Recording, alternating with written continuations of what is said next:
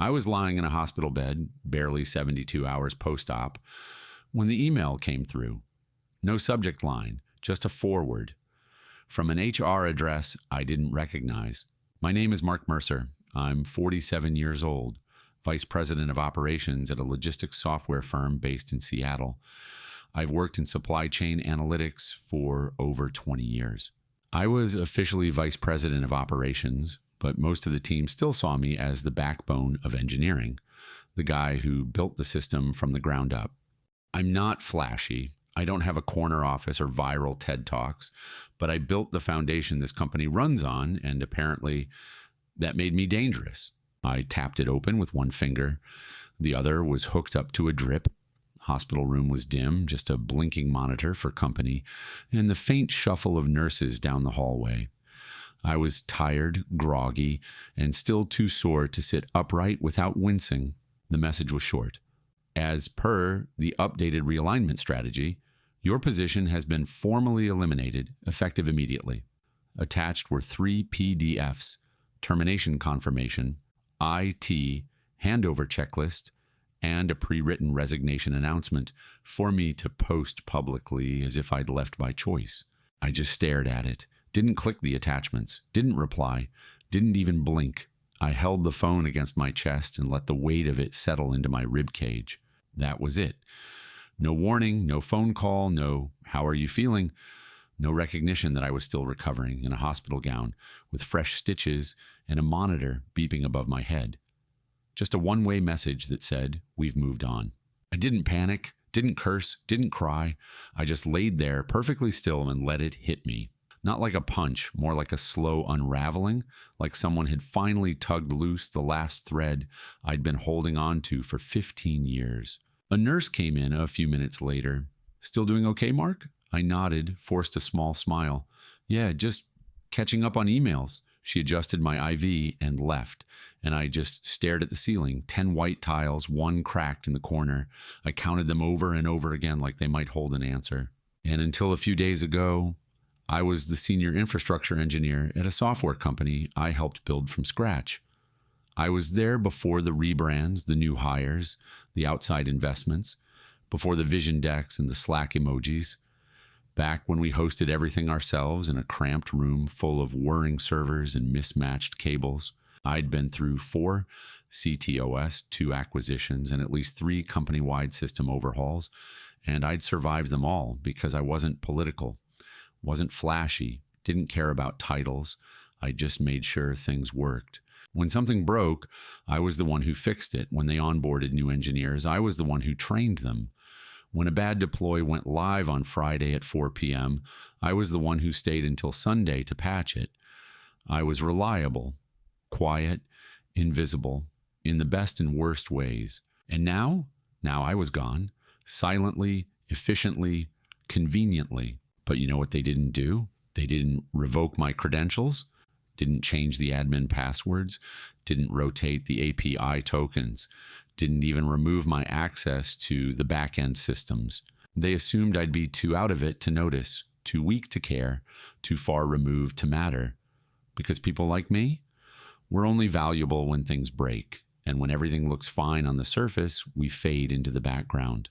That night, after the hallway lights dimmed and the hospital quieted down, I reached for my laptop. It booted up. No MFA prompt, no forced sign out, still logged in. I opened the admin dashboard. There it was. Same metrics, same logs, same heartbeat I'd watched every day for over a decade. I was still inside. I opened the logs, checked recent deploy activity. They'd pushed something called Refactor Alpha into production. No rollback tag, no link documentation, no tests in the staging logs. I clicked deeper and found the worst part. Legacy batch handler disabled. Failover logic deprecated. Redundant cron jobs removed. That last one? That was mine. The job that had saved us from a cascade failure in 2017. Gone. And I just sat there under fluorescent hospital lights, listening to the beep of my own heartbeat, knowing something they didn't. They just tore the brakes off a moving train, and I could see the crash coming. I didn't delete anything, didn't interfere, didn't send warnings. I just started taking notes because they may have removed my name from the payroll, but they forgot to remove me from the system. I wasn't always the guy people ignored. In fact, for most of my career, I was the guy everyone relied on, even if they didn't always realize it. I joined the company back in 2008 when we were 6 employees crammed into a co-working space above a frozen yogurt shop. They hired me to get the servers up and stable. That was the whole job description. I said yes, set up 3 machines in a converted closet, and got to work. Over the next 15 years, I built everything: load balancing scripts, internal alerting tools, failover architecture, custom deployment pipelines, security protocols tailored to our stack back when no one was even talking about internal audits. We didn't have a big budget, no IT department, no DevOps team. It was just me keeping the entire product from collapsing under its own weight. I didn't complain. I didn't chase titles. I just delivered. When the platform had a database corruption event in 2012, it was my backup system, the one I built on a Sunday morning out of paranoia, that saved it. When a client accidentally DDoSed our login servers in 2014, I had a temporary firewall filter running in 30 seconds. I didn't need applause. I just needed the green lights to stay green. People came and went. CTOs rotated every few years. Engineering managers shuffled in and out, but I stayed. And I didn't just keep things running. I made them better, quietly, carefully, reliably. The problem with being that kind of person, the person who makes sure the wheels never fall off, is that people start to forget you're even there. They think the machine just runs. They think the system is mature or stable because of its design, not because you've been fine-tuning it for over a decade. I wasn't flashy, didn't show up to happy hours, didn't pitch in brainstorming meetings filled with buzzwords and diagrams that looked more like art projects than infrastructure plans. I wasn't loud, but when something broke, they called me at 2 a.m. on holidays during vacations because they knew I'd answer and they knew I'd fix it. 3 years ago, I started warning the exec team that our core systems needed a rebuild, not a facelift, a true rebuild. Our monolith was aging. Security layers were holding, but just barely. And the dependencies? A tangled mess. It's stable for now, I said, but if you try to scale fast or swap parts without understanding the architecture, you're going to break something big. They nodded, promised budget next quarter. Then next quarter became after we land this new client. Then it became, let's revisit that in Q1. Eventually, they hired a new VP of engineering. Young, ambitious, didn't know me, didn't ask. He brought in new tools, new workflows, new contractors, started calling the platform legacy, started calling me legacy. And then he began slowly peeling away the things I built. Not with bad intent. I think he just didn't understand what he was touching. He didn't see the hidden dependencies, didn't realize that the flaky logging script was actually triggering failover logic in 3 subsystems, didn't know that the API key rotation pipeline was manual on purpose because automation had caused issues in 2017. He wasn't evil. He was just new and loud and confident in all the wrong ways. So I backed off, let him have his meetings, let the team roll out new dashboards, let them believe they were modernizing. Meanwhile, I kept the back end alive. I updated the cron jobs, wrote new documentation they never read, left breadcrumbs everywhere so they wouldn't be flying blind if I ever wasn't there. And then, out of nowhere, I collapsed in my kitchen. Stress. That's what the doctor said. Too many years of red-eye fixes and late-night patching. Not enough sleep, not enough pause. They admitted me the same day. Emergency surgery for a twisted gut. ICU for 3 days. Recovery, they said, would take weeks. I let my boss know, sent a message on Slack. No reply. The CTO pinged back a thumbs-up emoji. That was it. I figured I'd be gone 2, maybe 3 weeks. Maybe they'd panic without me. Maybe they'd appreciate what I did once it started falling apart. But instead, they fired me while I was still in a hospital gown with an IV in my arm. The email came in at 9:43 a.m. I remember the exact time because I had just finished a breathing exercise the nurse recommended. I was trying to keep my vitals stable, trying not to think about work, trying to heal. The subject line was blank. The body was just a forward from an HR address I didn't even recognize. Per your separation from the company, please find the attached documents confirming offboarding and transition protocol. Attached were 3 PDFs, termination confirmation, IT handover checklist, and a pre-written resignation statement for me to post online. I stared at it for a long time. Didn't open the files, didn't click anything, just read that line again. Your separation from the company. That's how they phrased it. Not we're letting you go, not we're restructuring, not thank you for everything, just your separation. Like it was a mutual breakup, like I'd asked for this, like I'd walked away. No phone call, no Zoom, no check-in to see if I'd recovered. Just a silent email sent to someone recovering from surgery with a catheter, IV, and stitches in his side. I didn't even feel anger at first. Just this heavy, dull quiet, like someone had switched off the sound in my head. I placed the phone down on my chest and looked up at the ceiling. 10 white tiles, one cracked in the corner. I counted them over and over again. It wasn't the fact that they let me go. It was the way they did it. The cruelty of convenience, the efficiency of pretending I never mattered. The nurse came in about 10 minutes later. "Still with us, Mark?" she joked. I smiled, a small automatic smile, nodded. "Yeah, still here." What I didn't say was this: they think I'm gone, but I never left. Later that night, once the floor had gone quiet and visiting hours ended, I opened my laptop, my old work laptop, the one they never requested back. Still logged in, still authorized, still connected to the main dashboard. They hadn't revoked my access, hadn't changed the credentials, hadn't rotated the API tokens, hadn't even removed me from the core admin group. It was almost insulting. You fire your longest tenured engineer while he's in a hospital bed and don't even lock the doors behind him?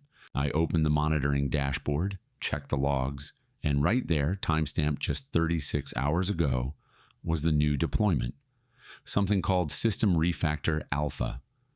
I clicked through the notes, saw 3 names assigned: the new VP, a junior dev I barely knew, and a contractor.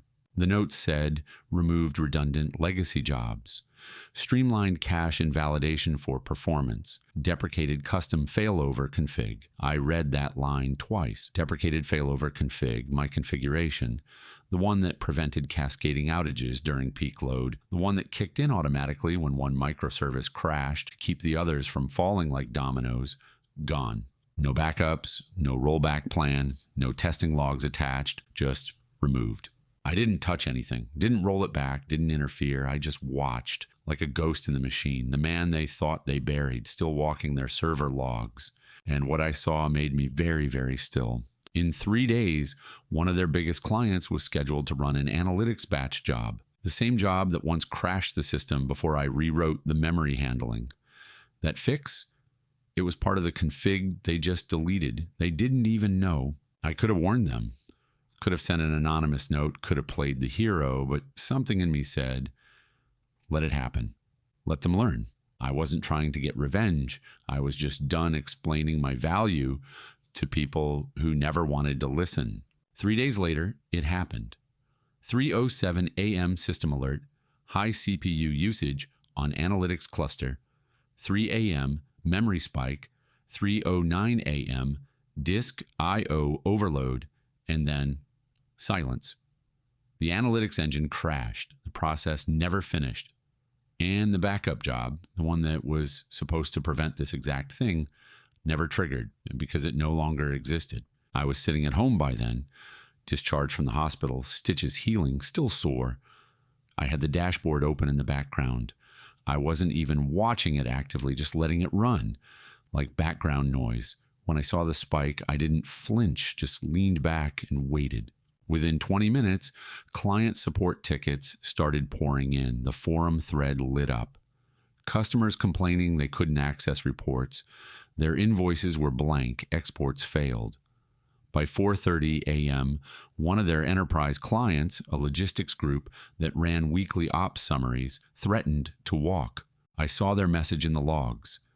This is the third outage this month. We're escalating. At 7:13 a.m., someone tried rolling back the deploy manually. Too late. The cache had already invalidated key session tokens. Half the users were forced to re-authenticate. A handful got locked out entirely. At 9:40 a.m., my old CTO, the one who'd never replied to my hospital update, sent a company-wide email. We're experiencing temporary issues with the reporting infrastructure. Our engineering team is investigating. They had no idea what broke, no idea where to look, because they deleted the exact documentation that pointed to the bottleneck. I didn't say anything, didn't text Janine, the only dev I still respected over there, didn't reply to the anonymous email that popped up later asking, "Do you know anything about the legacy pipeline?" I just watched. The next day, it got worse. An auto-billing script fired on corrupted data. 200 small business clients were overbilled by 300%. Support was flooded, refunds delayed. Stripe froze 2 accounts for suspicious activity.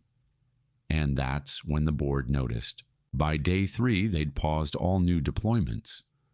The VP of engineering was on leave, and they issued a formal apology on LinkedIn, carefully worded to avoid admitting anything. We're undergoing some internal transitions and refactoring our core systems to better serve our customers. Funny thing is, they never mentioned me, never admitted they fired the one person who could have prevented all of this with a single Slack message. They just acted like it was a bump in the road, a refactor, a transition, a temporary disruption. But I saw the panic in their logs. I saw the team scrambling to reverse engineer systems I'd quietly built and maintained for over a decade. They were digging through old repos, trying to find where the batch limits were defined, asking questions I used to answer in minutes. Eventually, I got a text from Janine. "This place is falling apart without you. They don't even know what's broken." I replied with 2 words, "I know." That same day, I got an email from a Gmail address I didn't recognize. The message was short. "Would you be open to discussing a limited scope consulting agreement? No expectations, just help us stabilize." No name, but I knew who sent it. The new CTO, trying to undo the damage, hoping I still cared. I didn't answer, not yet, because while they were panicking on Slack channels and spinning up incident rooms, I was sitting on my porch watching the clouds drift by, laptop closed. I didn't want revenge, not really. What I wanted was for them to understand, to feel the absence of someone they never once thanked. And slowly they were starting to. 3 days after the outage, I finally replied, not to the CTO's email, to Janine. "Tell them if they want my help, it comes with conditions." She didn't ask what they were. She just said, "They're desperate. Say the word." An hour later, the CTO reached out again, and this time from his work email. Still formal, still trying to keep his footing. "We recognize that your institutional knowledge is deeply valuable. We'd like to retain you as a short-term consultant to assist with recovery. Retain, like I was a contractor. A hired gun, not the same guy they had tossed out of their systems like I was an expired plug-in, but I was fine with that. I sent back a contract, 3 lines, remote only. 1 point of contact, Janine. Flat weekly rate, triple my old salary. They signed it the same day, didn't even push back. I could have asked for more. Equity, board-level access, public acknowledgement, but I didn't care about any of that anymore. I didn't want back in. I just wanted to fix the mess before it collapsed on the people who didn't deserve it. The next morning, I logged in. Fresh credentials, newly minted access. Funny how fast the gates opened when the fires got close enough. Within 6 hours, I'd already located the problem areas. 3 undocumented patches, hastily written by the contractor they brought in to replace me. Two of them created security vulnerabilities. One had disabled the rollback system entirely, which explained the failed recovery from the analytics crash. I created a memo, simple title, What You Broke and How to Fix It. It wasn't elegant, it wasn't polite, it was effective. Then I started the real work, quietly rebuilding what I'd once maintained without thanks, reinforced the cache pipeline with the original throttling logic, rewrote the log pruning system they'd abandoned, restored critical backups from my personal offsite archive, backups they didn't even know still existed. I could have held it over them, made them squirm, demanded apologies. Instead, I just delivered. Janine messaged me on day 2. Your rollback script worked. They think it's new. I smiled at that. Every few days, the CTO would send an update. Thanks again. The system's stabilizing. We're grateful for your help. But they were short, flat messages. You could tell he wanted to say more. Maybe he was embarrassed. Maybe he thought I'd throw it back at him. I wouldn't have. But I wasn't going to make it easy either. One night, around midnight, I got a Slack invite from a private workspace Janine created. It was just the two of us. She shared a screenshot, a dashboard that hadn't seen green lights in weeks. It's back. By the end of week 2, things were running smoothly. Incidents dropped to 0. Customer churn stopped. Billing normalized. Even the internal team stopped panicking. That's when the CTO sent another email. We'd love to keep you on longer. Full-time or extended contract. Your call. I didn't need to think about it. No, thank you. The system is yours again. I just helped stabilize it. The truth is, I wasn't there to fix their company. I was there to prove something to myself, that I still had it, that the silence hadn't made me irrelevant, that quiet people don't disappear. They endure. They fired me while I was down. They underestimated the quiet man in the hospital bed. And when everything caught fire, they had no choice but to call me back, not as an employee, not as a peer, as a solution. I didn't stay. I didn't ask for a promotion or a new title or a second chance. When the contract ended, I walked away. Not because I had to, because I'd already done what I came to do. The truth is, I could have stayed. They offered, multiple times, a full-time return with expanded authority, even equity, something they had never offered me during the 15 years I helped hold their product together with duct tape and instinct. They said all the things they hadn't said before. We realize now how much you built. You were the backbone. We should have listened. It didn't matter, not anymore. Because when you've been erased once, you learn not to chase the marker they used to wipe you away. Instead, I did something I hadn't done in over a decade. I rested, really rested. No 2 a.m. alerts, no Red Bull-fueled patch sessions, no waiting for an executive to finally realize something was broken 5 days after I flagged it. Just silence. I bought a secondhand bike, started riding trails outside the city, didn't check my email for days at a time, didn't wake up with anxiety crawling through my ribs. I breathed again. A few months later, Janine sent me a message. New VP came in, rolled back a bunch of Ryan's changes, promoted 2 of the devs you mentored. The place feels human again. I told her I was glad, and I meant it, but I didn't ask to come back. Didn't even ask for details, because I'd already buried that version of myself. Sometimes I still check the status page, not because I'm hoping something breaks. I'm long past that. Just a curiosity. The kind of curiosity you have when you drive by a house you used to live in. You wonder who lives there now, what color they painted the kitchen, if they fixed the leak under the sink. One day, I got a physical letter, handwritten. Return address unknown. Inside was a thank you card from one of the junior engineers I barely remembered, someone I'd helped debug a deployment script 5 years ago. You once told me, code is like a story. If it's too hard to follow, it's not written clearly enough. That stuck with me. Thank you for helping me become the kind of engineer people trust. I pinned it to the side of my bookshelf. Not because I needed the praise, but because sometimes you want to remember that you left a fingerprint somewhere that matters. You know what I realized? Most people don't get fired because they're bad at their job. They get fired because they no longer fit the narrative. The culture changes, the values shift. The story needs a new villain. And when you're the person who reminds them of what they used to rely on before the rebrand, before the consultants, you become inconvenient, outdated, quiet, dangerous. But foundations don't need to shout, they just need to hold. And when you remove them, you only realize their weight after everything starts to collapse. That's what they never understood. I wasn't holding on for power. I was holding things together quietly, constantly, completely. I still work now. A few consulting gigs, one-time audits, mentoring engineers who care more about stability than applause. It's enough. I don't want more. The freedom means more to me than any badge ever did. Sometimes I get job offers. One recently said, looking for someone who can build systems that last 10 plus years. I smiled at that.